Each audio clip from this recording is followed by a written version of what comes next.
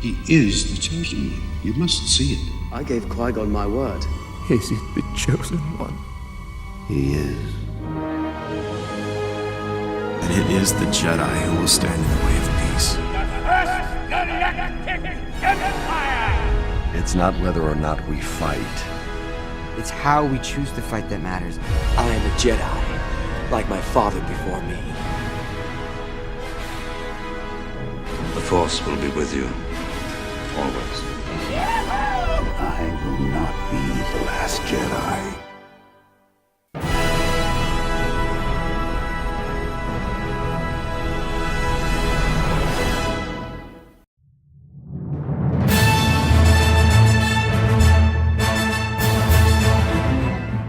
You're listening to The World Between Worlds, a Star Wars podcast where we have been marathoning all of Star Wars in chronological order.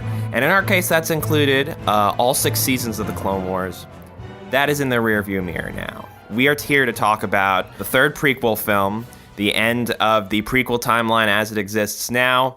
This is The Revenge of the Sith. Every single Jedi is now an enemy of the Republic.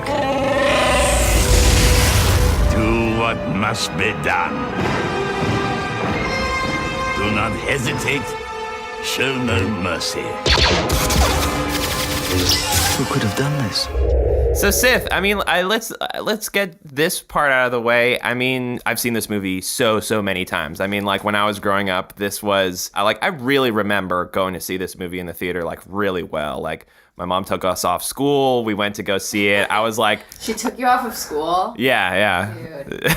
it was cool. And I remember Keats, like I remember when they released the trailer, we spent like an hour, 2 hours waiting for it to load on our computer in like HD. Oh, I remember. And then when we watched it, like we went to like all the kids on the street and like, hey, come on, you got to watch the Star Wars trailer. And like all the kids on the street. And the parents of the kids. Like this new Star Wars trailer. It's the last Star Wars movie. This was the last Star Wars movie for a long time. I mean, this was it. I'm Yates. I'm Jordan. I'm Keats. I'm Jessica. I want to take this moment to thank everyone that's been tuning in throughout the podcast regularly and went through the whole Clone Wars with us. We're super appreciative of you, and we're especially appreciative of the super long time gap it's taken to finish this episode. Agreed. And thank you for all those people who, don't like the prequels but still stuck through it. I mean, I think we all worked really hard to make sure this one was really good. We did multiple sessions. You'll also notice maybe one of the sessions sounds a little funky. Or you definitely will. Okay. Yeah, flashback to the Citadel arc. Oh my god. Well, he's not a Grand Moff yet. Yeah, we're really sorry about that. Let's never talk about it again after right now. Yeah. Sorry. But it was just that important to make sure we got it right. And so, I also wanted to make sure, because a lot happens in this movie, and I wanted to make sure we covered all the bases. We're also a little busy with a little thing called Star Wars Celebration. That's right, Yates. If you check out our channel on YouTube, you will be able to see... I guess this is like a big deal on YouTube culture, but this is like, I guess, our face reveal, because we never showed our faces before. But you'll be able to see our little sizzle reel, basically, of all of our experience that we had. Most of the experience that we had at Star Wars Celebration. It was a great time. It was awesome. Without further ado, let us please begin. This is part 1 of a 2-part episode, and in part 1, we are going to be exclusively discussing the real meat and potatoes of this movie, which is the Anakin storyline and Anakin's descent into the dark side. This is the story that really everyone wanted to see when the prequel trilogy was announced, and this is the movie that gave us George's version of that story. And is there another version? The fan version. I don't know, like whatever people wanted to see that they didn't get out of this. Like Anakin doing like a Rocky montage on the top of a cold mountain or something. I'm a dark side master. Maybe, dude, maybe. I mean, I feel like people wanted maybe to see that. I got that from a fan thing. Like I wasn't making that up on the spot. I've seen that before. Oh, okay.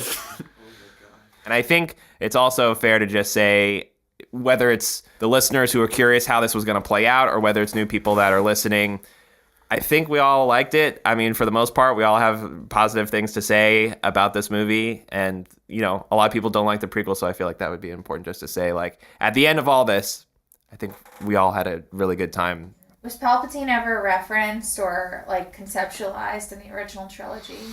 Not in the way we got here, no. Well, he's an amazing character. Yeah, he's awesome. I can't imagine Star Wars without Emperor Palpatine. And I think that's the way a lot of like pro prequel fans feel about it, and that's kind of always how I felt about it. Is like this story adds so much without, I think, subtracting very much. So when people say like, you know, the prequels have ruined the original trilogy, I just find that perspective very hard to understand because I think they make it what it is. Yeah, I think it really lifts the other films up in I think a positive way and adds a lot of not just context because anyone can just write in the margins, but I think it really creates like a complete story. It felt very like operatic, like, you know, when people always call it Star Wars a space opera. Yeah. Whatever that means. Yeah. Like, This felt like that. I definitely got that feeling from it, and it felt very like almost like, I don't know what I'm saying with this, but almost like divorced from time or something. Like, it seems like its own like separate entity. Like, that's like, it's such a piece of pop culture, but it also feels so different than pop culture. But I mean, there's definitely like some problems with the movie. Yeah, and we don't. I think we all want to talk about them for sure. Yeah. Oh yeah. So I think we'll do our best to give this a fair shot. So the movie begins with like a zippy and adventure swashbuckling prologue where Anakin and Obi-Wan have to save the Chancellor from Count Dooku. And there's a critical scene where Anakin and Obi-Wan square off against Count Dooku, and Anakin wins. Good, Anakin, good. Kill him. Kill him now.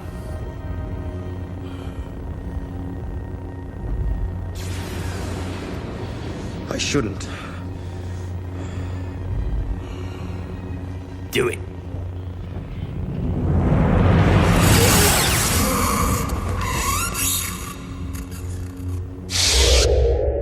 I think it's also the right story choice to just get rid of Count Dooku at the beginning. I think it was the right way to do it. And they were able to do it in a way that sort of sets up Anakin's sort of conundrum for the rest of the movie. This could have been like a Clone Wars scenario of like Palpatine being locked up and then like trying to like convince Anakin to kill Dooku, but then Anakin's like, but that's not the Jedi way, I shouldn't do it, and then Dooku escapes, and then the series can continue. This seems like the setup of a type of kind of Clone Wars until next time kind of moment. I did love the fact that Anakin killed Dooku.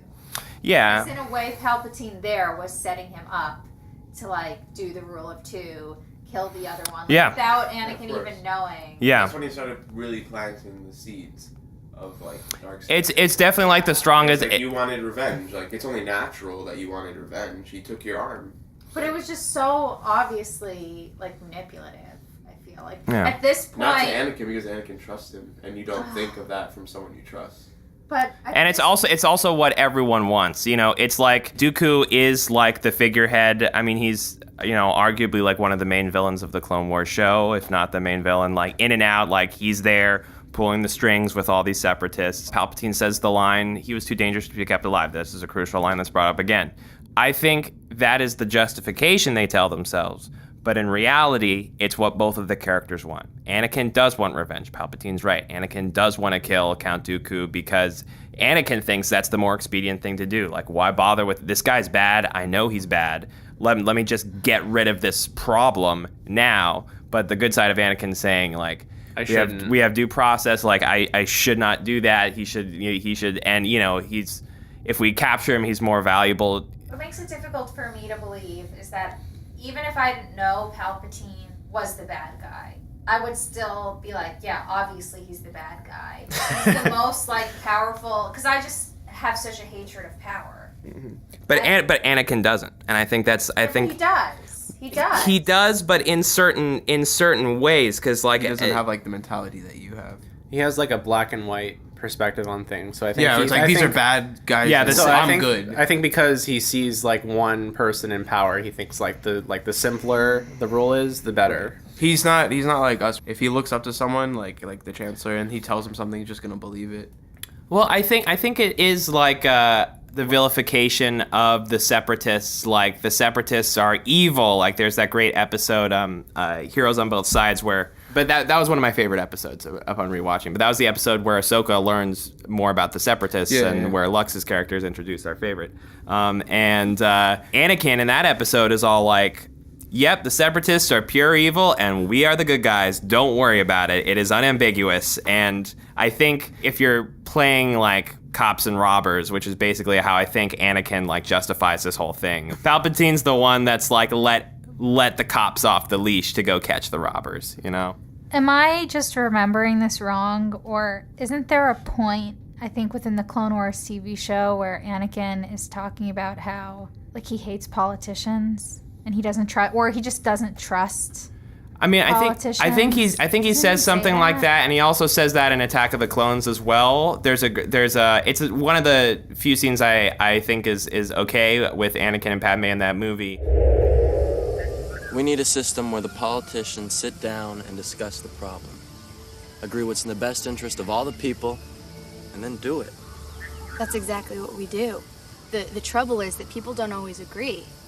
Well, then they should be made to. By whom? Who's gonna make them? I don't know. Someone. You? Of course not me. But someone. Someone wise. Sounds an awful lot like a dictatorship to me. Well, if it works. Yeah, you could. I hate that about him. It's just, I want to like and understand his character, and the fact that he's like fascist. It's tough. I struggle with it as well, because I do really love Anakin's character. I feel like it's tougher for you having watched the show, but for me, like, having like seen the movie so much and it's like, I'm pretty resolute in my mind that there are just some things about Anakin's character and about his belief system that I've always been like, there's something really gross in there. Yeah. And wow. Well, he needed those aspects of his personality. Well, yeah. Like, I mean, become Darth Vader. Yeah, I mean, Darth Vader is evil. Right, like, Darth Vader is Yeah. a really bad person that, you know, deep underneath all that, there's still a good person there somewhere. But Darth Vader is a really bad person. Anakin there needs to be some continuity there. That ugliness always has to have been there and carried over. I feel like this movie did a good job, and even the Clone Wars did a pretty good job as well in some key moments. And I always loved in Attack of the Clones, I love when Anakin goes home to Tatooine and kills all the Tusken Raiders. I mean, for me, that's like 100% a Darth Vader moment. That's Darth Vader out of the suit. That's like it's the same guy. It's the exact same guy. Short nitpick sidetrack. Don't we hear Qui-Gon's voice in Attack of the Clones? Doesn't Yoda hear Qui-Gon's voice in Attack of the Clones? Yeah, I always thought Anakin was hearing him. Oh, that's such a powerful moment. Anakin, no. That's a big question mark in my head. I still don't understand it. I'm sure J.J. Abrams will answer it. Okay, next. JJ, was Qui-Gon Jinn speaking to Yoda or Anakin in Attack of the Clones? Well, listen, we can't address all the questions.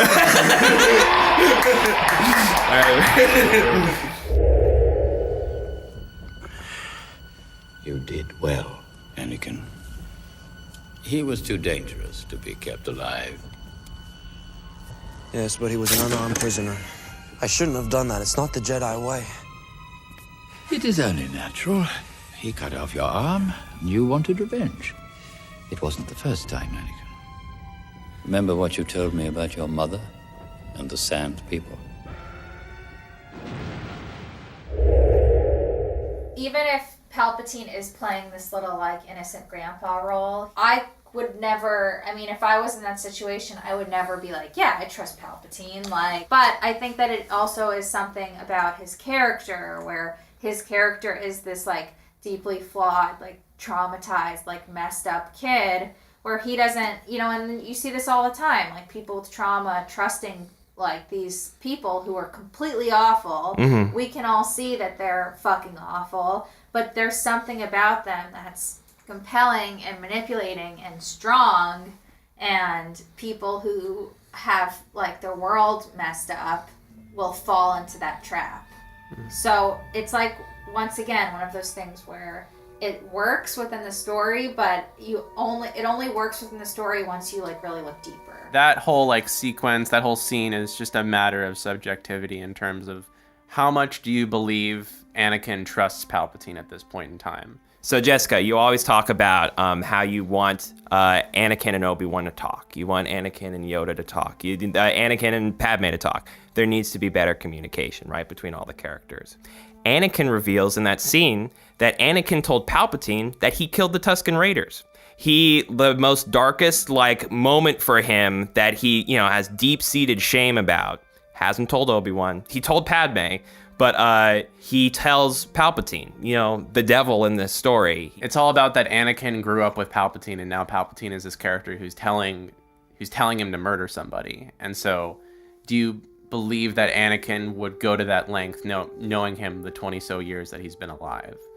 A critical plot point of the film is that the Jedi Order ask Anakin in secret to go undercover and become a spy, essentially, and report on the Chancellor, because at this point in time, the Jedi are fucking done with Palpatine. They're like, this guy is sus. And there's a really great scene where Obi-Wan basically broadcasts like all the feelings that we have shared like throughout the whole Clone Wars show. The Chancellor is not a bad man, Obi-Wan. He befriended me. He's watched out for me ever since I arrived here. That is why you must help us. Anakin, our allegiance is to the Senate, not to its leader, who has managed to stay in office long after his term has expired. The Senate demanded that he stay longer. Yes, but use your feelings, Anakin. Something is out of place. You're asking me to do something against the Jedi Code. Against the Republic. Against a mentor and a friend. That's what's out of place here. Why are you asking this of me? The Council is asking you. I found it interesting that like he's so against the idea of like being dishonest with Palpatine. Like that's like his big thing. He's like not even like, he's like, oh, the political implications of this. He's like, Obi-Wan, you're asking me to lie. Like, what's the matter with you? Why would the Council ask me just to like... He literally lives a lie with Padme. Anakin's just a tool for the Jedi Order.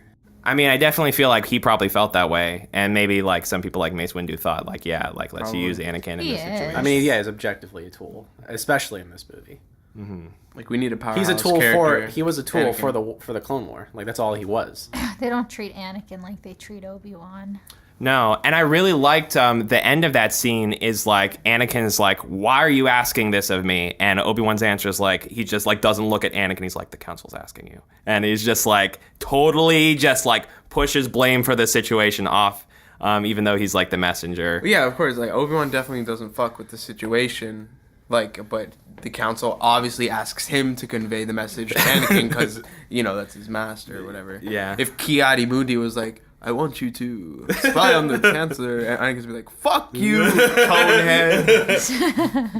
But why would he be so against it? Because he's asking him to spy on a mentor and a friend. That's what's out of place. And he also says it's that it's his mentor and his friend. It's so hard to accept. He also says it's treasonous. I feel like this is like the ultimate betrayal if the Jedi are exerting their will over the highest level of power, which is the executive authority of the whole Republic. And that just like feeds into the Chancellor's plan of convincing Anakin that the Jedi are trying to take over. I think a decision was made. While there are critical moments, like stepping stone moments for Anakin to turn to the dark side, a lot of it, I think, is sort of like accumulation of reasons. Like there's a lot of factors and a lot of small pressures. To Anakin, they're like the world to him, but to us as the audience, like it's not like the one critical thing that happened. It's a bunch of small things to where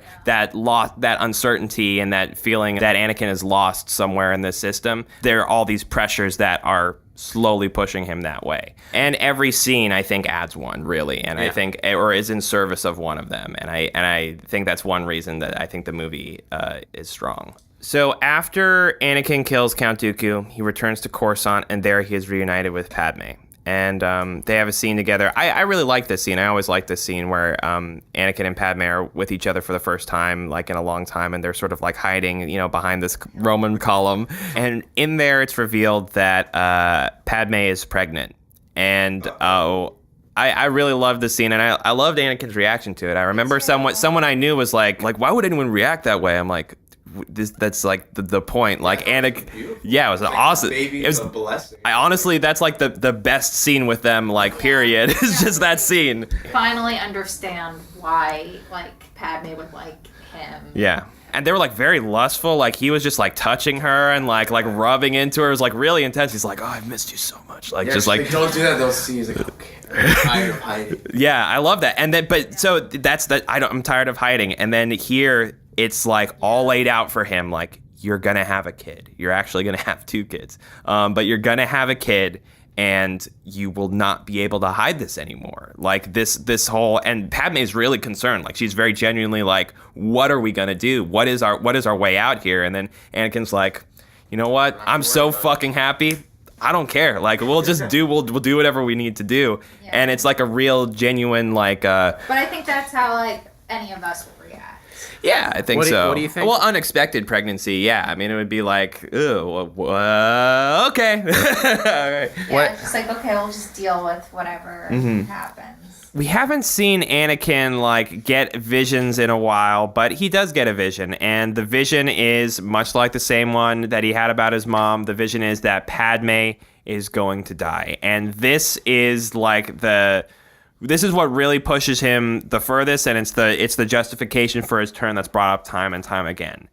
I'm glad you brought this up because I had a question about this. Okay. So, did Palpatine give Anakin these visions? I don't think so. Okay. Because, yeah, that was like... Because then Ahsoka gets, like, visions very similarly in Clone Wars. So it's like if Palpatine did, then that wouldn't really make any sense. I never got the impression that Palpatine did. Because Luke gets visions in Empire Strikes Back, and I thought that was the clear parallel. Luke gets the vision that his friends are being tortured by Darth Vader, and he has to go save them. And that is his test. And in Attack of the Clones, Anakin gets the vision that his mom is dying, and that's the quest that he has to go on. So was it almost like his vision wasn't necessarily about her dying as much as it was about, but really we know that she's just gonna die because of him. What's this I hear? Is that the literature professor walking through the door? Here, it is I. Literature professor, it's been so long, a whole 15 episodes. You mean Dr. Literature Professor. Are you here to talk to us today about dramatic irony? Paradox. What is paradox? You ask? Everyone's asking, Professor. I answer. This is paradox. So, Anakin, by trying to avoid... Oh, my God, I'm so bad at this. By trying to avoid his fear, he ends up creating it. He creates almost like a closed loop circuit. Yeah, Jessica, I really like that. I think it's a important part of the story. I mean, sorry, literature professor, doctor professor. I think it is a crucial part of the story. I think it also is kind of like the oldest trope in the book in regards to like how to set up a tragedy. You'll see it in Shakespearean, perhaps. Yes, indeed, Shakespeare. You get this in Macbeth. You get it in Hamlet. Careful you must be when sensing the future, Anakin. The fear of loss is a path to the dark side. I won't let these visions come true, Master Yoda. Death is a natural part of life. Rejoice for those around you who transform into the Force. Mourn them, do not. Miss them, do not. Attachment leads to jealousy. The shadow of greed, that is. What must I do, Master Yoda? Train yourself to let go of everything you fear to lose. The problem is not the problem. Our reaction to the problem is the problem. And we create a self-fulfilling prophecy by trying to avoid the thing we most fear, which is what Anakin did. Absolutely. I also think why it happens in this moment, it's literally the night after, as far as we know, it's the night after Anakin's told that he's having kids. And I think that he is maybe also fearing it's a nightmare about him being the Dark Father. Yes, you guys asked the question before, and I had an answer. How does Ahsoka fit into this? Anakin already had a child, and he failed her, and he lost that child. So the arrival of Luke and Leia is a stinging reminder of the child he's already failed and the child that he's already lost. That's where Ahsoka fits into this story. I can't stay here any longer. Not now. The Jedi Order is your life. You can't just throw it away like this. Ahsoka, you are making a mistake. Maybe. But I have to sort this out on my own. Without the Council. And without you. I understand. More than you realize, I understand wanting to walk away from the Order. I know.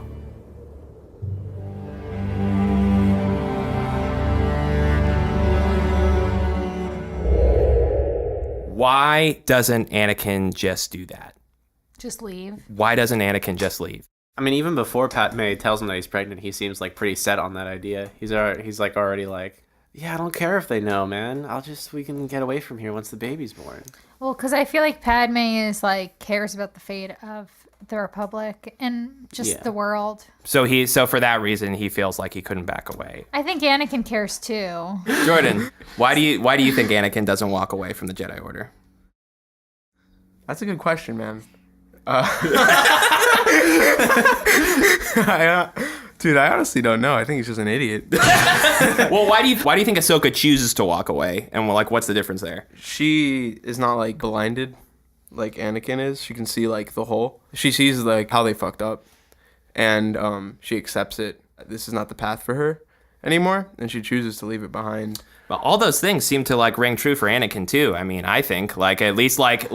I mean, especially in Revenge of the Sith, like everything the Jedi does seem to like push him further away from him. But they like personally, not like attacked, but they personally went against like Ahsoka, where like he's going against the Jedi Order. She was just like being a good Jedi and following all the orders, and then they just screwed her over. Like you say, they royally screwed her over. Don't we always like hear Anakin saying things about how he wants the war to end? Yeah, definitely. I mean, I think that could be a reason too. Like he has like unfinished business. Yeah, like he can't walk away. He's been in it for so long, like he can't walk away until the job's done. He was there on day one. I mean, but we see like his version of the Clone War ending, or not even the Clone War. I guess just any war is just that route is just them like winning and then just on their escapade to conquer everything in their path. Yeah, I think we did talk about that in the Geonosis arc way back in season 2. We talked about when Ahsoka like is talking to Barriss like, hey, you might not like what my master has to say like about the war, like tee let's not bring this up. But he really believes that he is in the right. Yeah, I think he feels like no one's gonna admit that they're like wrong. Yeah, Adam Driver had a quote in like an interview or something. The bad guys, we see them as bad guys, but they don't see themselves as bad guys. They're just doing something that they believe in, and all their actions are justified.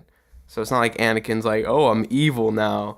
He's just like, every action he's taking is justified to what he feels is right. And what's right in his mind right now is doing anything to end the war by killing all the separatists. And to save Padme. And to save Padme. Well, it certainly doesn't take our old friend Sheev very long to capitalize on that, because very shortly afterwards, Anakin receives an invitation to meet Palpatine at the opera. Did you ever hear the tragedy of Darth Plagueis the Wise? No. I thought not. It's not a story the Jedi would tell you. It's a Sith legend. Darth Plagueis was a dark lord of the Sith, so powerful and so wise, he could use the Force to influence the midi-chlorians to create life. He had such a knowledge of the dark side, he could even keep the ones he cared about from dying. He could actually save people from death. The dark side of the Force is a pathway to many abilities some consider to be unnatural. What a fantastic scene, and there everything is laid out for Anakin, and I guess for the first time, the dark side makes a tad of sense, and it seems a viable option in this difficult time for him. Yeah, and it's interesting too because this is one of the, we've seen Anakin in a lot of different positions where he's been put where he's powerless and he can't stop certain characters from making certain choices. Of course, Ahsoka leaving the Jedi Temple, so this is like the perfect follow-up story for that, to put Anakin in that situation. It's really similar to that. So seeing him finally get the opportunity to course correct is like a very big deal in the sense of the grand scheme of things, as opposed to just seeing the prequels individually. It is a huge deal also to just like introduce the notion of immortality, and I think we talked about it before, but just like what is the long game, like how far could Darth Sidious like climb up the ladder, like what's the next thing, and to dangle the prospect of immortality to Anakin. Now it seems like very, not trivial, but not as big a deal. But I'm sure like when it came out, like that was more of a big deal. And I think it's one of the examples of perhaps something a bit more mystical happening in Star Wars in the movies than like we had up until that point. Well, actually, I was about to say the opposite, just because of like the Force Ghosts in the original trilogy. Right, that's true. Yeah, but very true. It is interesting because it's a completely fresh perspective on the idea of immortality. It's like, oh, there's like a alternate route to attain that, not just the one way of the Jedi. Yeah, absolutely. And we would be remiss to not mention, because it's gained a lot of traction recently, the way that this sheds light on another aspect of the lore.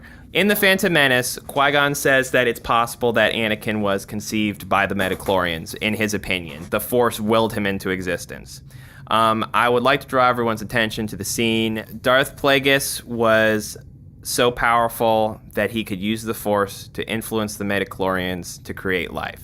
And it was going to be in the movie, and it has since sort of... It's weird because this trivia has sort of like resurfaced recently, but this has been out there for a while. But basically, Darth Sidious and Darth Plagueis, who was Sidious's master, that they had actually willed Anakin into being on purpose. And that they were, in fact, the creators of Anakin, and tie that prophecy in. They could create life, and they created Anakin, possibly to catalyze the end of the Republic by introducing the Chosen One and trying to corrupt, the most powerful Force user onto their side. I love that idea. Yeah, it was in the script. It was in the script, and they cut it out because they thought it was unnecessary. I think George just didn't want to, like, I am your father reveal. This was also addressed pretty directly in the Darth Vader comic recently by Charles Soule. No, yeah, definitely. There's a specific panel where, a specific sequence, I should say, where Vader is like seeing visions of the past, the present, and the future. They are events of the future that we know to be true as like audience members, and the present is obviously true, and Vader knows that as well. And so the vision of the past, however, is what's particularly interesting, because that's a direct vision of Palpatine essentially like hovering over in a very sinister and malicious way over Shmi, and he's like a ghostly figure. I have seen some people say that does not directly mean that he impregnated Shmi. It could be like a subconscious thing. Well, I think the thing that I saw some people say was that it's like Palpatine had his eyes on Anakin before he was even born, which is possible. But I think that makes sense. But I'm pretty sure like the message is like very directly that he's like and like he is the father figure that he never had. And like I had said, like it was already confirmed, and it's been confirmed for forever in the making of Revenge of the Sith book that it was in the script, and that was the original intention, but it was instead swapped out for the Darth Plagueis scene from before. Right. Because George wanted it to be more subtle and nuanced. This is like one topic that like not grinds my gears, but it's like it's one of those things that feels like so obvious to me as like, well, of course, like Palpatine created Anakin, but then at the same time, I see so many other people that like think that that's like not valid enough. That it's like it's only valid when a character says that they are directly related to the heritage of another character, which I think is ridiculous. But I think that the proof is in the pudding, as they say. It's it's like right there for you to look at. I mean, there are other ways you can interpret it, but they're a lot less believable than the one that Palpatine is the father. And I mean, it's the original intention too. It's George's movie. It was George's intention, so why not go with that? And I think that also definitely feeds into the whole notion that we mentioned earlier, just about like, whenever you introduce the notion of like a prophecy or like a vision of the future, like that dramatic irony and like good stories like will always find a way to like flip it on you. And like, so there was a prophecy. If the prophecy is true, then it was always prophesized that the Sith were always intended to do this, I guess, perhaps in some way. I want to talk about the moment where Anakin has to make the choice between Mace Windu and Palpatine. I am going to end this once and for all. You can't. He must stand trial. He has control of the Senate and the courts. He's too dangerous to be left alive. I'm too weak. Don't kill me, please. It's not the Jedi way. He must live. Please don't. I need him. Please don't. No.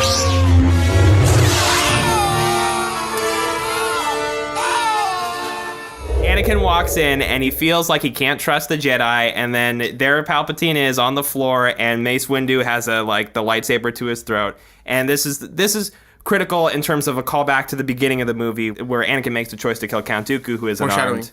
And Mace Windu makes the exact same decision. And I guess Anakin's kind of being a hypocrite here, because Anakin's like, Mace Windu, you can't Mace Windu, you can't do this. Like, you can't cross this line. Like, he's an unarmed prisoner.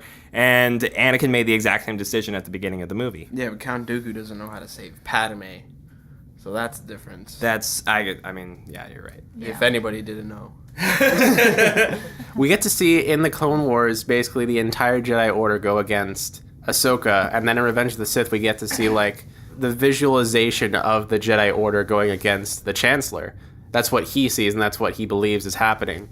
Do you think possibly right after Ahsoka left he like ran through the scenario again in his head? Because like obviously once Ahsoka left he was like had a bunch of regrets and like wishing that things could have gone differently. Do you think that maybe he had like been plotting like some kind of contingency plan in case this would have ever happened again, where the Jedi go against someone that he cares for? But he went against the Chancellor.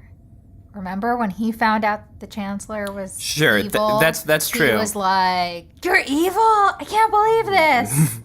Yeah, and he was like upset about it. Mm-hmm. But he was still conflicted. I mean, this boy is just being conflicted for the entire movie. I mean, so clearly he's thought the whole time that obviously the war ends with killing the Sith, and then like, oh, I don't want to be the person that kills the Chancellor, like that's not, he's my friend, he's been loyal to me. He essentially passes the problem off to somebody else. To Mace Windu? Yeah. Well, but he wants to be there. He wants to be there, but I don't think he would have taken the lead on that if he had gone. I think he probably would have been a good wingman. When you say wingman, you mean like he should have gone? Oh, definitely not. I think Anakin wants to be there with them so he could stop them from killing the Chancellor, and I'm sure that's what Mace Windu says when he says, "Don't come." Like, you're gonna stop me? Don't, or not? Maybe not. You're gonna stop me, but just like, I sense that you're confused about this. Don't go. And meanwhile, Anakin's like, yeah, I really want us to arrest the Chancellor. Arrest him so like I could still talk to him about this life after death thing and save Padme's life. Yeah, he does want to have it both ways. I think that's what makes Anakin's character like a really good character, is that the whole time that at least Anakin's like a young adult, you're like, oh, is he going to turn evil? But then when he turns evil, the whole time you're like, oh, is he going to turn good? Like, I feel like there's always a possibility, like the whole time I'm watching it, that he will either turn evil or turn good again. He just seems so, like, convincible either way. Oh, that's a really good point. Yeah, I mean, he definitely walked in at the wrong time. He should have walked in when Darth Sidious was like, dead.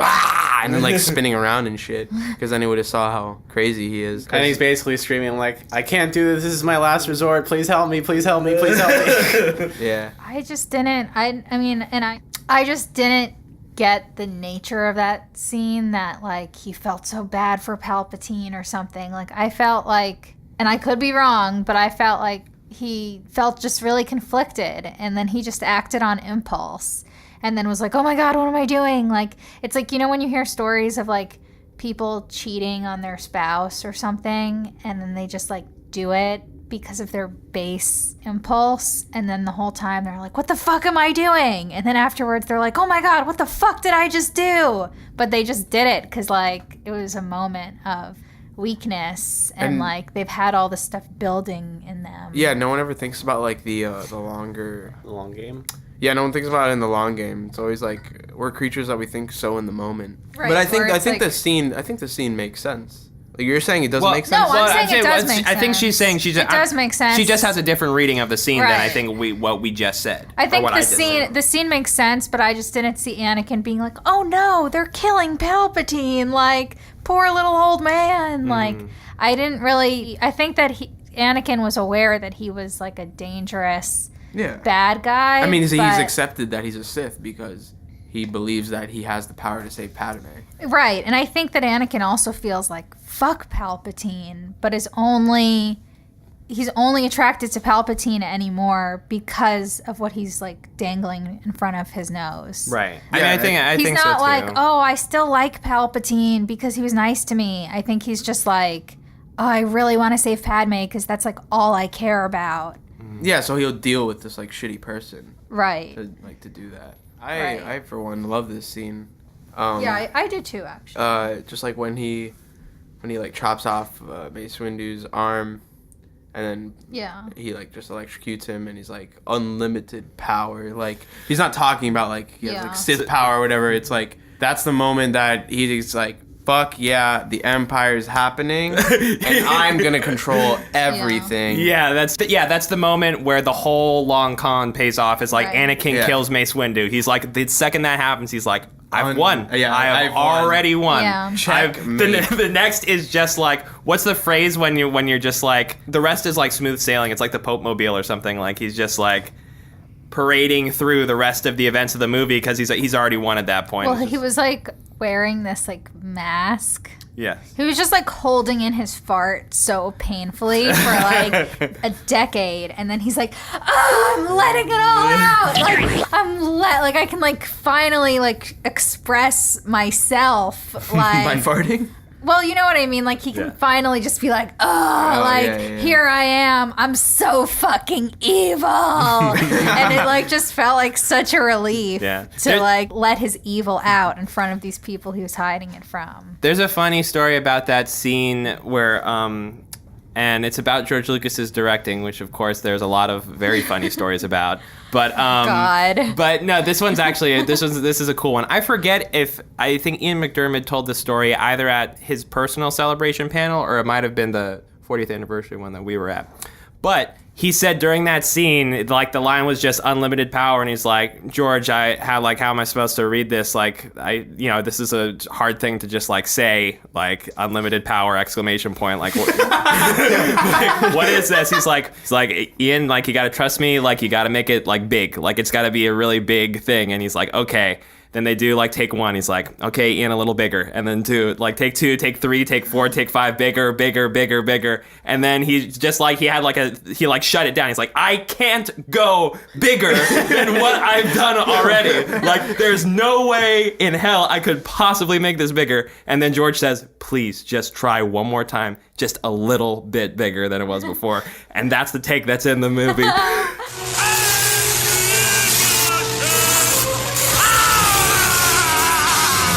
And he was like, there's no way that's making it in the movie. He'll have to use one of the other ones, but that's the one that's in the movie. So funny. You know what? Seems like such an annoying boss. It's like you're like, what an idiot, but then he's also right.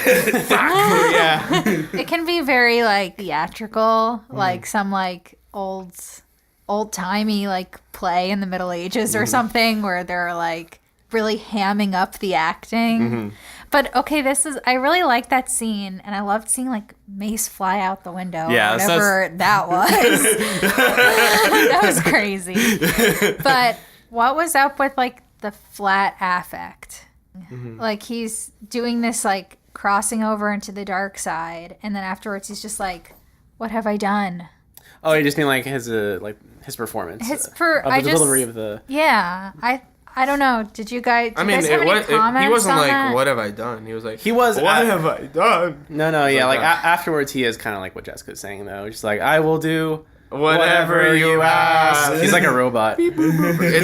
I'm actually C-3PO. Oh no. It was just so like he just like sits. Yeah. I don't know. I felt like that was strange. Yeah, I definitely think that might have been the moment in the movie where I was the most like, okay, now like I can put the reception and the flaws of the movie that people talk about like in a certain new perspective.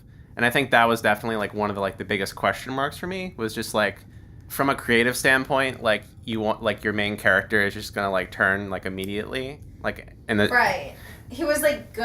And yeah. He was just like, well, I've done this, so I guess I'm just gonna start killing pigs. Yeah, I'm fine with the concept of him like turning like that. I just think that it was a little too like immediate and sudden. Yeah, it moves fast, but I would have liked to seen more of Palpatine trying to convince Anakin, because it's like they had one conversation like, oh, I can save Padme, and then he goes like 10 minutes later, and then just like pledges his allegiance to him.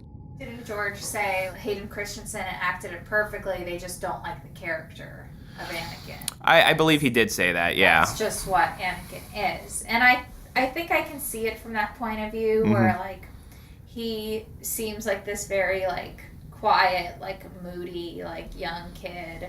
You know, like they tried to make him lost and like act like he was very confused and lost. And that's like part of the reason he went to the dark side, is because he felt adrift. And I could get that from the acting. But I didn't like it. Like even if he was trying, like George was trying to do something different, I found it to be distracting. No, I definitely think Hayden Christensen's performance like falls somewhere like in between like real life and a fictional character. It doesn't feel like one or the other. It feels like somewhere like murky in between. And I think that's like kind of what interests me as a viewer, is just like how undefined it is, like how basically experimental it is. Star Wars, the original movie, like has a rhythm. It moves fast. All the actors are like perfectly cast where like they knew what to do in that role, and like had a strong script to help them along. And in the prequels, it's a bit more, there's less of that flow of that and that rhythm of the characters bouncing off each other and bouncing into situations. Anakin in the show felt different than Anakin in the movie. Definitely. I think there's some continuity there, but for the most part, yeah, they are divergent. I mean, I think Clone Wars definitely took the opportunity, and I think George Lucas said this in an interview when Clone Wars was coming out, was that he felt bad that he didn't get to show Anakin as a bit more of a heroic, swashbuckling character, like the original trilogy, like how we'd imagined him, probably. He seems like a twerp.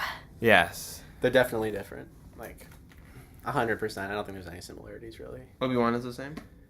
Yeah, Obi-Wan is yeah. totally the same. I think Hayden Christensen had a lot of really strong acting moments in the movie, and I think a lot of them were moments of silence and moments where you're just sort of like watching his eyes and like watching an inner dialogue happen as like this large drama is happening around him. Yeah, I do think compared to the other characters, I think it's obvious when like Hayden Christensen like has moments where he really shines and then moments where it's not clear what he's trying to do, or like he doesn't know what he's trying to do. And then you have like Ewan McGregor or Ian McDermott playing Palpatine, who are so 100% live those characters and the scenes that they're in. Like, I mean, I also think Natalie Portman's kind of lost in the Padme character. Like, she doesn't know what's the right move for her, but... I don't believe what I'm hearing. Obi-Wan was right. You've changed. I don't want to hear any more about Obi-Wan. The Jedi turned against me. Don't you turn against me. I don't know you anymore. Anakin, breaking my heart. You're going down a path I can't follow. Because of Obi-Wan. Because of what you've done. What you plan to do. Stop. Stop now. Come back. I love you. Liar! Is Padme a damsel in distress or not? Kind of, yeah. I mean, when is she in distress and damseling? She's just always like, I can't believe it. Oh my God. What's happening? It is someone who always needs saving, though. She's not in the need of saving, like, at all. Yeah, I guess that's true. She's not like Lois Lane, like, Superman, I'm falling off a building. Like, she's just like chilling. I do. It is kind of. Really? That's what you think? I mean, I think everyone's chilling. We're all chilling. I mean, it is. I do feel like the damsel in distress trope, kind of, in the sense that, like, Padme's like up in her tower, and then Anakin comes, he's like, the war's happening, baby. Oh, like, yeah, I can see and that. then she's like, what are you gonna do? He's like, don't worry, I'm gonna take care of it. See you later. And then he flies away, and then he flies back. He's like, the Jedi Temple's done, but now I gotta kill the Separatists. She's always like in the thick of the battle. But I mean, she's pregnant. She doesn't want to be like fighting people. I guess that's fair. I don't mean but like that. I don't mean like, oh, she's not fighting enough. I just mean like, I mean, she seems she's very so reactionary. She seems so definitely. like powerless in their relationship. Like, it just seems like she's always like. Yeah, wouldn't Padme have like stronger reactions to what's going? Like, Anakin tells her everything that happens, and Padme, this really strong, really smart lady, says, what are you going to do, Anakin? Not like, I know what I'm going to do, like, we got to do something about this. It's like, Anakin, what's next on the list of things you have to do in this movie? Like, I think that this movie finally made me not like her character. Yeah. I just think that her character is two characters. There's the cool version of her character, which is like in the show, where she's like being like on her own and doing like cool diplomacy shit and like really has a brain. And then there's like the character of her with Anakin. So you like her character when she's not dependent on Anakin? I don't like her with Anakin. Yeah. I like her by herself. And I just think that there's a disconnect between those two people. Yeah. I said it earlier in the podcast. I think Padme is 100% the most underserved character in all of Star Wars. You know, I love Revenge of the Sith. I think there are so many of the qualities that I love in Star Wars present in the movie. The treatment of Padme's character, I think, in Revenge of the Sith, it was a huge letdown. And a huge letdown of the character, letdown for whatever fan base Padme had before the movie came out. I feel like they portray her in some sense as if she's like one of the most amazing women in the galaxy. She's like, not only is she beautiful, not only is she powerful, she's fully deserving because she's like competent and she's like moral. But then if she's all of those things, then why is she also going into a marriage with a kid who's like 5 or 10 years younger than her or something, that they've had barely any interactions, and every interaction that they've had, she's just like, haha, you're such a stupid kid. Like, I don't get it. Yeah, I don't get it. It's cuckoo. There's also one critical decision that I wish was the case in the movie, and I feel pretty strongly about this. But originally, Padme was going to betray Anakin, and she was once she found out the truth about Anakin, she was going to set Anakin up and was going to stab him. And that was unfortunately cut from the movie. I'm not sure. I don't think it's positive that whether it was shot or not, or whether it ever made it to the camera. But I know George's reasoning was that the movie was already too depressing, so they wanted Padme to be, you know, the light at the end of the tunnel for Anakin. Your guys' version is way too much of a leap. Like, how can you plan to kill your husband with just a notion of like, oh, maybe you are this person. I figure it out that you are this person. I'm just gonna fucking. Because I think it's because for me, Padme is so politically minded, right? And like her whole life is, you know, the preservation of the Republic and the preservation of democracy. That's been her life since she was a child. And then in the story, she loses all of that. She watches it crumble. She watches the person she trusts Palpatine, or at least she used to trust. Palpatine was, the senator from her planet. He was her mentor. She loses everything, and all she has left is Anakin. So in that sense, I do understand. She has Anakin, and she has her kids, which are, her, a symbol for her future that she was promised with Anakin that she's not going to be able to get. So I do understand her wanting to hold on to that. But I think because she is so political, because she is so invested in what is now the fall of the Republic turning into the Empire, knowing that Anakin is now a critical part of that, I think she would know and be able to make the decision because she is so invested in it's her life. It's her whole life. I think that's stupid because at this point, she does not care about politics anymore. She's going to have a baby. She's going to get kicked out of politics, so it's not going to be her world anymore. And the political world she knows just got crumbled. Exactly. She has no investment with politics anymore. Right now, it's all about having a kid and living happily ever after with Anakin. Why would she care about... Because she doesn't necessarily care about politics, but she cares about the fate of the universe.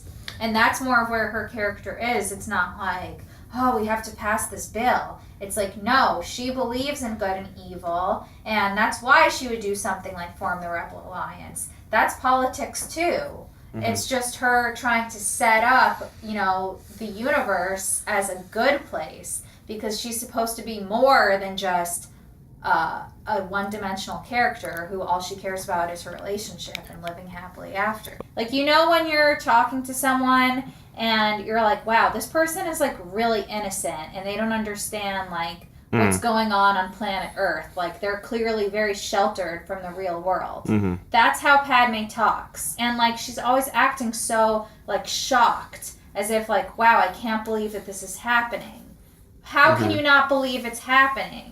You don't see that though, when you're in a relationship and in love. You try to justify everything, and then when you're finally out of the relationship and you look back on it, you see it with a completely different light, where you're like, fuck, why did I not see that beforehand? That's a sign for the shit that happened at the end. If the love story, we were more invested in it and we believed how close they were and they had set up enough of it, it would have worked better. They could have gotten away with the scene as it was. But I don't think it was, it was consistently good. For a lot of the sections, it wasn't good. I don't hate this scene, but I'm also not in love with it. I don't think it's an eye-rolling moment. I think it's just kind of something. I think it's the version of the scene that has to happen in order for the original trilogy to happen. And it didn't have to be that way, but it doesn't necessarily mean that it's bad. I think you just add the scene where she finally puts her foot down and says, Anakin, you're not the person I loved anymore. I'm going to have to kill you. I think that would have been enough for me to to make the connection that Padme, she does want to think that Anakin's this better person, but because we know she's smart, she's capable, that she knows to make the right decision. She's a strong person. Yeah, that she would be able to make that decision, not that she would crumble, at the realization. I think that both versions are plausible. I think both of them could have worked, and this is just happens to be one of them. The one where she killed, it can be played off as oh, okay, this is such a tragic moment, or it could come off, if it's poorly executed, just come off of, oh wow, that's an extreme leap to make. But then this is also oh, she can come over to him and try to figure out what's going on, and it's really sad because she's the one that's wrong in this situation, but it just kind of comes off as oh, she's so single-minded or whatever, one-dimensional, one-minded, yeah. In this moment, in her love life, she is very one-dimensional.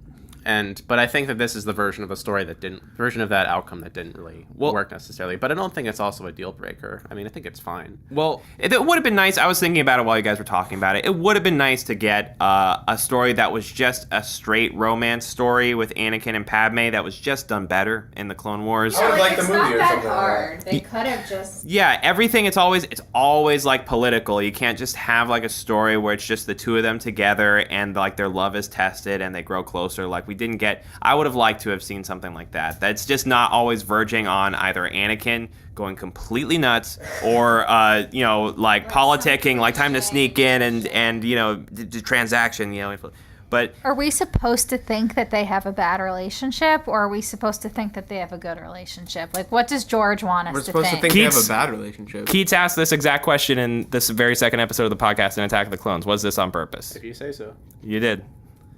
I mean, it's intentionally bad. I mean, they even admit it to themselves, like, our relationship is crumbling because we're living a lie. I mean, that's the whole like thing with like they're having a kid. Like, shit, we're living a lie, now everyone's gonna figure it out. I guess really fucking bad. What are we gonna do? I don't feel like their relationship is crumbling because they're living a lie. I feel like their relationship is crumbling because every single conversation or interaction they have is like very unproductive. Well, yeah, of course. I mean, it's that too. It's like everything. It's not just like one aspect. You're not trying to excuse it. You're just saying like this is like there's multiple reasons why the relationship sucks. It's not just one thing. You can't discount like the secret life, and like certainly we as the audience, like, and throughout the podcast talking about it, we have definitely been critical of the idea that Anakin can't be with Padme or that Obi-Wan can't be with Satine. Like, we are critical. Like, we're on the same side as Anakin in that regard, I think. So I don't think you can totally discount that as like a legit motivation, but also you're right. There's opportunities for them to do better, to have like real conversations, and they don't happen. Yeah, don't talk about anything seriously. Talk about like, oh, you look so cute combing your hair. Yeah, it's almost like pure escapism. Like, it's like just like they haven't seen each other in like months, and then all they do is like sock lovey-dovey and then have a fight. Right. It seems like a very like destructive high school relationship where it's that's like why I'm saying the lie is bad. What? Like, that's why them living a lie is like really bad for their relationship. He's not like, oh, I want to spend time with like my wife and like build our relationship, so I'm gonna like take a break from like this battle or something. He can't mention that. Oh, I just don't feel like the problem, like that's the problem. The problem is how they're reacting to their situation. It's not like they could draw so much closer together in their shitty situation that they're in, and be like, listen, we're in this shitty situation, like, let's not fight, like, all we have is each other in this world, so like, let's figure this out. So I don't think that it's their situation that's fucking them over. I think it's like their reactions to it and what their relationship is about. Or I mean, like I said earlier, it's not just like, it doesn't come down to one thing. It's all these things that are like building up. I mean, another bad thing for the relationship is like, we haven't seen each other in 10 years. We've hung out for like 2 days. Let's get married. Right. Like, that's a terrible decision. But why did they choose to make their relationship like that? Is it a problem with the writing, or are we supposed to think like that's part of why he turned to the dark side, because they're in a horrible relationship where there's horrible communication and it's like very immature and abusive? Are we supposed to think that, or are we like supposed to think that that's like this great romance? Because if it's supposed to be this great romance, then it's just a major flaw. I don't think it. I have a theory about what the explanation is, and it's not a good one. As he puts down his coffee cup. Please don't put down the coffee. I don't feel safe. Okay. You need to break it on the floor. As we all know. And it says there's literally a K on his coffee mug. K killer. Killer keys. Killer keys. My theory is this movie was written by an old white man, and he thought that the equivalent of a strong female character on the writing side is to have them be very smart when it comes to politics and smart when it comes to action, but then have their Achilles heel be when it comes to finding a good man. Could be. Jessica, you commented before on how Padme feels like two different characters. Like, there's the politician that's smart and we like, and then there is the character that is with Anakin. Exactly. You said it. I mean, can't we say the same thing about like Anakin? Like, he's like a decent. He's like he's like a good Jedi, a good warrior. But then when he's with Padme, he's just a fucking mess. I mean, he's still like anxious and like dealing with shit. But like belittling Anakin. Like, Padme is there to serve Anakin essentially. Padme never like does anything to hurt Anakin. I mean, can anybody debunk my theory? I agree with your theory. I agree with your theory. Although I will say I'm not sure what George was thinking about when writing Padme or like figuring out her motivations. But I will say this: when it comes to Anakin, I do think Anakin is supposed to be abusive and manipulative, and particularly in the most specific way. I mean, obviously there's the moment where Anakin chokes Padme, right? And that's really brutal and fucked up. But really teed into that is, I think, the larger betrayal. And that is like Anakin's doing all of this for Padme at the end of the day, right? That's what he's telling himself, and that's like all that. But in doing so, every single thing he does is absolutely against what Padme would want to do. And Padme would literally rather die than Anakin do any of those things. Like, I'm not saying like in context of like the way that Padme dies, but I am saying in the context of like Padme would do anything to stop the Empire from happening based off of what we know about her character. She just doesn't think Anakin is actually doing these things until Well, that's the end. secret that he keeps from Padme. Well, yes, and that's the thing. Anakin's obscuring the truth from Padme. He's lying. He's like being him abuser, going but, to kill all the separatists sounds like a great thing. Yeah, but he's like also not saying like, hey, I killed all those younglings and Yeah. I want to kill Obi-Wan and Yoda Well, next. I mean, She doesn't know. to Anakin's yeah, credit, she does. No, that's what I'm saying. Anakin is the puppet master here, and he's lying. I do think like his love for Padme, he turns Padme into like an object. And I do think that is intentional. I don't Yes, think I that agree is with a that. fault of the storytelling. I agree They with also, unfortunately, fucked over Padme's character in writing her. But Yes. Anakin is supposed to treat Padme like an object, because if he loved Padme, he wouldn't do those things. It makes sense that Anakin is like obsessed with Padme. Based off of who Padme is supposed to be, it makes sense that he's so in love with her. And it also makes sense that we would like him or like sympathize with him more because he's so in love. Like, that's like a sweet thing about him, is how much he loves her. Yeah, that's true. And like that makes us understand his descent into evil while not like completely thinking he's evil. But it doesn't make sense why Padme is so in love with Anakin. Or is she so in love with Anakin? And that's where I feel like, is she just a victim here? Like a victim, she's like letting circumstance get away with her? Could be. this ties completely into what I was saying earlier about the creation of the Duchess Satine when it comes to Obi-Wan Kenobi. The creation of the Duchess Satine. But yeah, I mean, it's literally like the same thing. Padme was created to service the story of Anakin, and then it turns out Padme was a really great character that we all like grew to really like. But in then the Clone Wars. Just in general. Yeah, I mean, I really liked her in Phantom Menace. Yeah. Yeah, exactly. It wasn't just the Clone Wars writing. It was just her creation of as a character. And then because we're undercut this great character of Padme in service to Anakin, it's kind of like the whole inception of her character was to be unfortunately, was to be an object for Anakin in the sense of the storytelling, the same way that Satine was built to service the story of Obi-Wan Kenobi.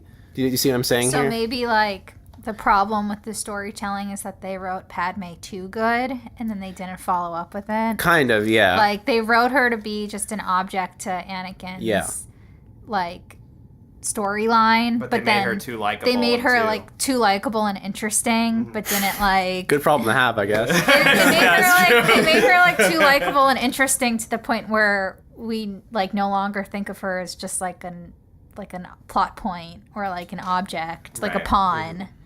And then they forgot to like flesh out her side of it.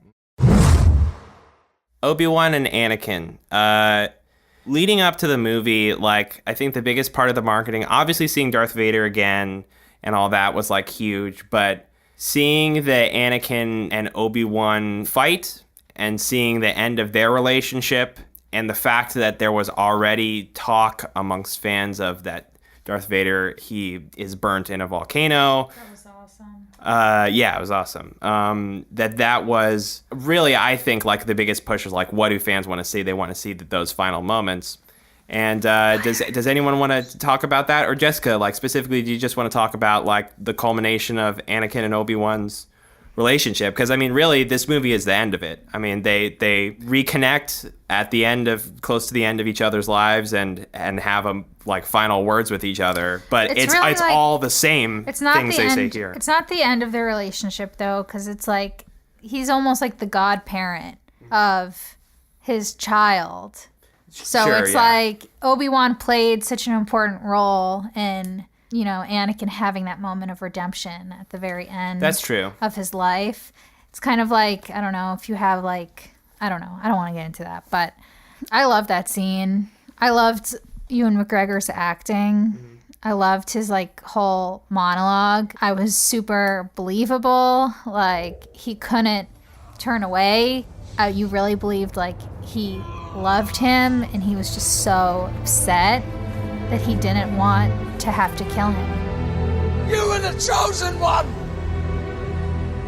It was said that you would destroy the Sith, not join them! Bring balance to the Force, not leave it in darkness!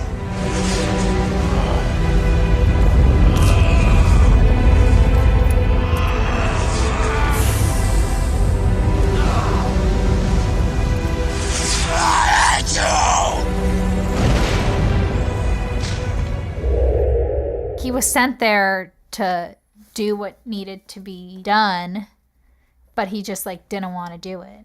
Just kind of like how Anakin wouldn't have killed Palpatine, even though it was what needed to be done. I mean, it's different, but Sure, yeah. he like true. he didn't want to do it, but Anakin, because he wasn't in his right mind, like made him do it.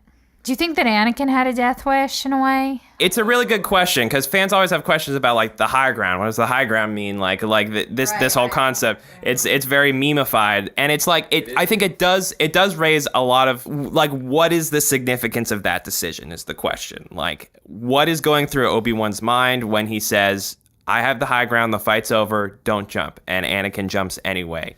One thing I really like about the fight scene in general, and I know a lot of people liked it when it first came out, and now like backlash, it's too long, it's too over choreographed. I still really love the fight scene. It's probably my favorite fight scene in Star Wars still. I like that it's beautiful for beautiful's sake, but as it progresses, Anakin is pushing Obi-Wan to the edge, and Obi-Wan like is a defensive fighter. Like Obi-Wan's constantly just like, if Anakin pushes Obi-Wan to the edge, Obi-Wan finds a way to jump off the edge and stay alive and just continue to fight defensively. So Anakin keeps pushing Obi-Wan and pushing Obi-Wan and pushing Obi-Wan, but Obi-Wan does not submit. And a lot of people also talk about how there's a bunch of like openings where Obi-Wan like on a technical level, like Obi-Wan could kill Anakin here if he wanted to, but Obi-Wan doesn't kill Anakin at numerous points throughout the fight. And it gets all the way to the end where Anakin keeps pushing Obi-Wan further, and they go through like the whole facility, and the whole facility falls apart till where there's nowhere left for them to go. And Obi-Wan, because he's pushed him far enough, Obi-Wan has now been pushed literally up to the high ground. And like Anakin's pushing Obi-Wan as far as he can, and Obi-Wan's still refusing to kill him. Right. And then when Obi-Wan has the high ground and Anakin like makes the jump anyway, it could be that Anakin just makes the jump because he's that deluded and thinks he can make that jump. That's what I think. That's what I believe. Anakin keeps pushing Obi-Wan to try and like seriously hurt him because Obi-Wan is just running away. Obi-Wan doesn't want to kill Anakin. My opposite reading of you guys is Anakin could be making that jump to push Obi-Wan to see if he can do it. In Anakin's mind, Obi-Wan would be just as evil as Anakin always thought, like the Jedi would be. That's ridiculous. I mean, I don't know. I kind of disagree with that. Yeah, I don't agree with that. I mean, if someone's like chops off all my fucking limbs, I'm gonna think the same thing. He's not like playing chess. Mm-hmm. He's like freaking out. Right. Like when you're in shoots and ladders. When you're in a fight yeah. or a battle, the worst thing to have during that is like emotional intensity, because that's just gonna blind your focus of like. He has no center of gravity. I think that is the most obvious answer, but what she's saying is that Anakin, in his right state of mind, would not make that decision. He would be more strategic about it. I think in a way it's both things at once. Mm-hmm. It's like he's not in his right mind because he's high off of power, and taking it from a more metaphorical point of view, like Obi-Wan saying like, I have the high ground, like you're not gonna win. But Anakin, in his mind, he's not in his right mind. He believes that he can have it all. He believes that he believes that he has and have the high ground. He believes that he has the high ground, even though he is floating above a river of lava beneath Obi-Wan. He's Let me show you how I can have the high ground. Yeah. It says in like the first draft of the script, like, it's over, Anakin. I have the high ground. You underestimate my high ground. And then it shows like, no, you can't have your cake and eat it too. you can't like have the high ground if you don't have the high ground. What you actually have is your The low ground. And you have no foot to stand on. Oh, there you go. Yeah. Can we talk about the decision to just leave Anakin there? Because Obi-Wan... I think that the whole time, Obi-Wan... What that whole fight was about is that Obi-Wan did not want to kill Anakin. Yeah, I mean, he says it to Yoda. He's like us. Like, he wants him to be redeemed. And the whole time, he's just like... He still has that one little shred of hope that he still can be. And I think he leaves him there almost hoping that he will survive. Right. But then he sees him burn alive. Yeah, he doesn't see him burn alive. He doesn't, like, he sees him burn. He sees him start to burn, and then he just can't look at it because it's too much for him. So he walks away. And I mean, it's like Anakin is filled with all this emotional rage and anger, and Obi-Wan is the same way, but with like love, and he can't do exactly. that. Which they're both like they both can't do what it's water and oil, love and they hate. have to do. I love the visual. Yeah, me too. Everything It's about very this one scene is like, this is like the hierarchy of Star Wars sequences, I believe. What we're seeing, like, burn away in the lava pit is, that last, not the last moment of humanity from him, but, it's the version of the character is sort of melting and withering away. And it's a regression. Like, that person recedes fully into the identity of Darth Vader. Like, you have Darth Vader, and then you have Anakin sort of peep out and say, like, hey, like, I'm doing this for good reasons. Like, there's a future for us here. Like, I am free now by, the dark side has freed me. I can do whatever I want. And then, because the dark side, requires a toll, in many cases a physical toll. It's the same thing with Palpatine. I'm sure Palpatine didn't want to be melted into like a little husk of a person, but the dark side requires, like, being evil, there's a reaction to that. And in the world of Star Wars, in a world where destinies intertwine and there is dramatic fate in play. So Keats, we've probably said 17 times in this episode already that we've seen this movie a million times, and it's hard to be like subjective or anything. But is the moment of the mask closing and Anakin disappearing and the first on-screen appearance of Darth Vader, does that moment still feel like as poignant and powerful to you, like at this point? I thought I knew where that question was going, and I was anticipating saying, I don't know, because the viewing this time, the first time I saw it was kind of iffy. But abso-fucking-lutely, dude. I mean, like, I think I said this to you when we were watching it that first time. Just, we're never gonna have Darth Vader just captured in the same way ever again with, like, George Lucas and his team of cinematographer, director of photography people have that exact same look and aesthetic down of the original trilogy. Yeah. And it looks great, like that whole sequence. This counts for Darth Vader's like awakening and him on the ship as well. But yeah, absolutely. Like just seeing him, that on top of John Williams' brilliant score. Yeah, I mean, just the whole idea of like intercutting the sequence of Padme dying and then Vader on the operating table, parallel to each other. Yeah, it felt so right. It felt like just like yes. No, yeah, it definitely felt like the conclusion. It like because you go into this whole experience knowing what the ending is, and so the fact that it was executed the way it was, it didn't feel like, and here we are. It felt like, oh fuck, we're here, and there's still so much more story left to tell. Yeah, that's so true. I think it was the Red Letter Media Review that criticized the movie for once Anakin's on the volcano planet, it moves so fast. But watching it the way we're watching it, it really does feel that way. It feels like while one part of the story is closing, the other part of the story is like opening up at the same time. Yeah, it never felt to me like this was like the bookend. It just feels completely like natural, like it's ready for more story. It doesn't feel like, oh, okay, it's stupid, but it just felt very professional. It just felt very like handled as best as it possibly could. And And I mean, I get the whole critique of Vader saying no. It is kind of over the top. Yeah, but and it doesn't feel undeserved though. Is the thing? It feels like if we were there, that we would all go no. Yeah, it doesn't feel wrong one bit. It feels like that's exactly how that moment should play out. Okay. I mean, so much has been said about that sequence and that choice. I think I'll just leave it at that. because you know what? Sometimes you just gotta say no.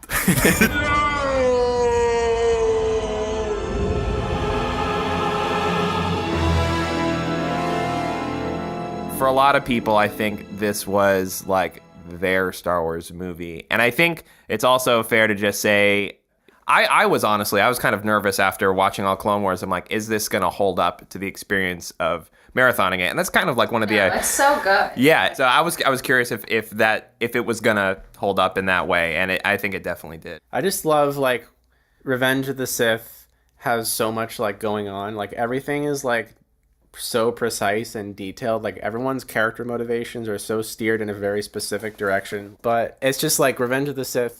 Like, I know it's like George just kind of like went in there with like whatever. Like, he might have had a loose idea about how Revenge of the Sith was going to play out, but it just felt like this was a movie like cared for and crafted for like years upon years. But it was like not effortless, but like relatively like just as much effort was put into it as any of his other movies. And I think that's what makes like a story really beautiful, is when it's just been like marinating for like years and years and years. Like, I was listening to an interview with that Panos Cosmatos guy. He said he was writing Mandy for like 10 years or some shit like that, and like that's why it's so fucking good, because it's just been marinated and perfected.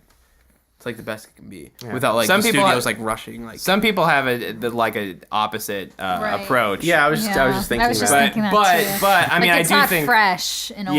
Yeah, but I think that each artist, it's, you know, has to find their own method. And, you know, definitely, people say it all the time, like, Revenge of the Sith is the only Star Wars prequel that like feels like a movie, or like knew the story that it wanted to tell, or like Revenge of the Sith was the only prequel movie that should have been, and the other two were wastes of time. Yeah, sure. And people say that a lot. Yeah, I disagree, but I do agree that this movie is very focused, and it's honestly, in my opinion, I think it's the most plot-heavy Star Wars movie, period. Like, there's so much like goals, payoff for goals, introduction of new goals, character arcs, and even like Empire Strikes Back like breaks so many rules, like just in terms of like people, structurally it works really well, but there's like all the characters are split up.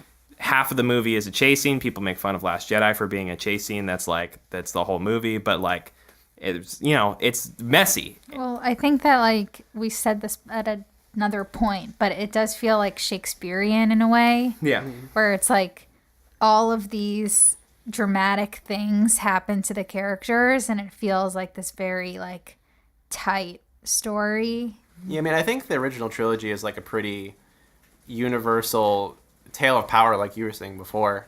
And then like the prequels is all about like, let's just explain the lore of the world and how like the reality of this world exists, whereas like that's not a universal message. Like, I think all of the things in the prequels, like, okay, so like Star Wars, like on a technical level, like the original movie and the whole original trilogy, like it checks all the boxes, right? Like this character's arc is right. This character's arc is right. This character's arc is right. We learn these lessons at these right times.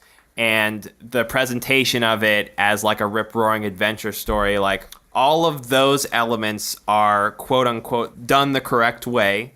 And the prequels are quote unquote not done the correct way. And like, so like a different way equals not the right way. My whole thing is like they meet like check the same boxes as lots of other movies that are not as successful as Star Wars, right? Like, so the original trilogy like accomplishes all these things, but so do a lot of other like adventure movies, action movies, like just fairy tale stories. Like, isn't that why some people call it like a space opera or like a space epic? It's like the genre. It's just because it's like it covers so many genres already. It's like encompassing a lot. Yeah, well, so my whole thing is like I think like the finer details of it, like the lore, like the visual presentation, like all the other elements and like the themes and like the core concepts and all that stuff. Like all that stuff is like what something like Iron Man doesn't have. Like Iron Man is a movie about a guy who builds a suit and like punches people, and like it doesn't have like under the hood. Like, it's like the body of the car is, like, perfect, right? But you look under the hood, there's nothing under there. It's a lawnmower engine. And then, like, in Star Wars, all the intricacies of what's going on beneath the surface are awesome. And I think the prequels share all of those things, but, like, the outside is, it's a little funky. The outside is like got like really trashy like the door is like green and the hood is red. Yeah, the whole body's black. I agree with that. Yeah, like that whole part of it, like the presentation. There's a lot of work that could have been done there, but like under the hood, it's the same. It's the exact same, and it's really good. I agree with that, and like I do think that part of what makes it special is it's like. I was watching this thing with like George Lucas talking about like what he wanted to do with the movies, like with Star Wars in general, was like he wanted to target kids and like give them like almost like a Western where it's like these like big stories and big heroes and like tales of good and evil. What's so compelling about those first three is that they are like more like a tale of good and evil. But I mean, I think that what's cool is then they complicate it because how did we get there? Yeah. And where do we go from here? And that's like almost more ambitious and like less people like that. Less people, I mean, which makes sense. Like people like good and evil. People don't like the fact that like, we all have a lot in common with like the worst people and the best people.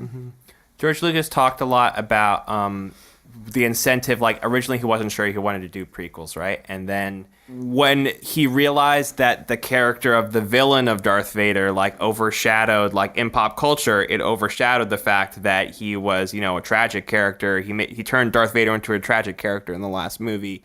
And like in pop culture, he did not exist as an icon of like redemption or tragedy or anything. He existed as an icon of evil, the character in the first two movies. So that was his motivation to, and especially in Phantom Menace, making him a kid, of really like pushing that as far as he can go and just saying like he was a normal person just like everyone else, and he is a tragic character first and foremost. He's not just an evil character.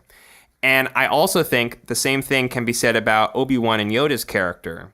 When we talk about complicating good and evil, obviously that complicated Darth Vader's story. But I mean, I think Obi-Wan and Yoda do some really fucked up things or maybe mainly on Obi-Wan in the original trilogy, and the fact that they're also like pushing Luke to kill Darth Vader. Like Luke's like, I don't want to kill my dad, and they're like, guess what? You have to kill your dad.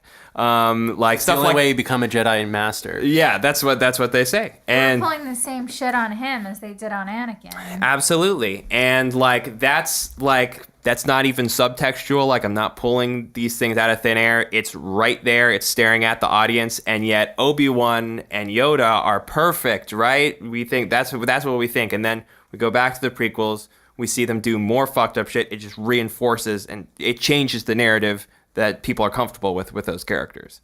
And so I agree. I think there's a lot of things that George Lucas, I think it's like he made the right decisions for the story in the original trilogy.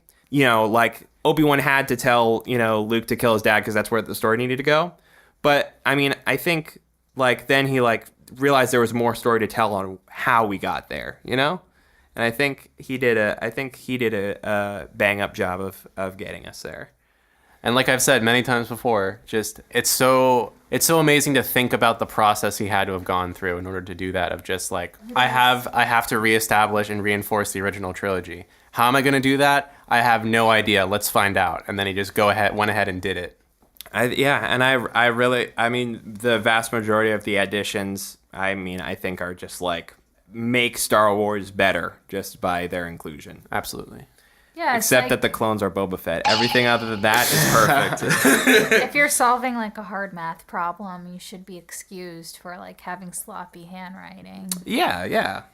So many analogies. These are good. I think we've been doing good on these analogies so far. Alrighty, so this is the end of part 1 of the Revenge of the Sith discussion on Anakin. See ya. See you later. Ish. See you around. See you next part 2. And in part 2, we will be talking about, just all of the plot threads of the Clone Wars coming to a conclusion. My name is Yates. My name is Jordan. My name is Jessica. My name is Keats. May the revenge Sith you always.